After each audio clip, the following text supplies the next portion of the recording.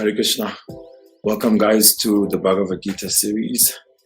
I'll be looking at different Bhagavad Gita verses and just discussing and looking at them in a contemporary sense. Today, I'm looking at chapter 1, verse 10. I'll share that verse with all of you. So Bhagavad Gita is a very, very special book. My aim with this series is to let you in on the Bhagavad Gita, especially those who are not familiar or new to my content. My name is Savya Sachi. Thus, I am also known as Savya the Monk. And I'm very happy to be doing this series. So let's see the Bhagavad Gita verse and hope you enjoy this. And you learn something. I will also be learning something. Here we go. So the Sanskrit is aparyaptam tat asmakam balam bhishma virakshitam. Paryaptam tvaidam etesham balam bhima virakshitam. What I want us to get from here will become clear just now. So this is just before the war began. And there's two families split on both sides. And one character by the name of Duryodhana is speaking. He is the villain in this. So he says, our strength is immeasurable. We are perfectly protected by grandfather Bhishma, whereas the strength of the Pandavas, carefully protected by Bhima, is limited. So just to bring you in on the story, Duryodhana is the head of 100 brothers. Their father is blind. His name is Dhritarashtra. He was meant to be king, but because he was blind, he couldn't take up the throne. So his younger brother, Pandu, became king. Pandu had 5 sons. They are called the Pandavas. And he died early, and when he had died early, then the idea of becoming emperors again, rulers, came up. Dhritarashtra, the blind king, did not stop his eldest son Duryodhana from scheming. All that scheming has led to Kurukshetra, where they are about to fight. And he's discussing the strength of his military side. They had more soldiers than the side of the Pandavas. Bhishma is the grandfather of the entire dynasty. He is the most amazing warrior. And he's heading up the army of Duryodhana. How Bhishma came to the side of Duryodhana, that will be discussed in another class. Bhima is the strongest of the 5 brothers in terms of just raw power. He fights with the club, the mace. So he was the general of the army. And Duryodhana is comparing Bhishma and Bhima and feeling that Bhishma is way stronger, therefore he's more protected. So we'll just get back and check out the purport.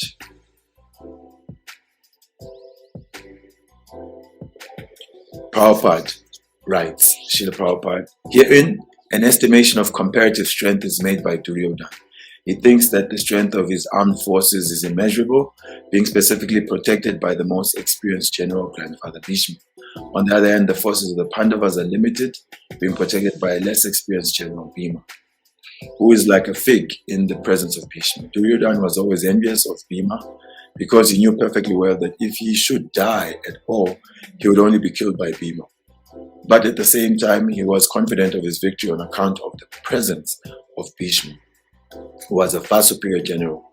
His conclusion that he would come out of the battle victorious was well ascertained. So Srila Prabhupada is saying he's not in error to think he's going to win, because when you look at it on face value, on paper, as they say, he has the better army, the better general. And although he had a fear of Bhima because they were both mace fighters, club fighters, and he understood that Bhima was practically his equal, although he had brute force. He was more stronger than him. If anyone would have to kill him, it would have to be Bhima. But it didn't look like that would happen. So Here's the twist. The materialistic individual, who is not generally out there but is also ourselves, we have this fault of making assumptions based on our material situation. So in the 21st century, it's been a big dream that we're going to become very happy when we get more money, we enjoy better sex, and we get 5G internet. And in that way, life will be amazing. But we see that the dream is fading away because we are seeing society struggling psychologically, ecologically, sociologically. There are so many difficulties, speed bumps are going on. If we think of the mental health of the world today, there's a lot of stress and anxiety and depression. Heart attack is a most common way of leaving the bodies. And addiction, drug addiction in South Africa, we can see there's a whole generation of young people, we call them abonyaope. They are addicted to some cheap version of whether it's heroin, and there's also those who are in a cheap version of cocaine. So many types of addictions. Suicide. Famous people. We just lost someone like Ricky Rick. Was it early this year or last year? Famous rap artist by suicide. So the mental health of people is very weak. Therefore, the dream is not being realized. Socially, we can see that there's corruption at every level.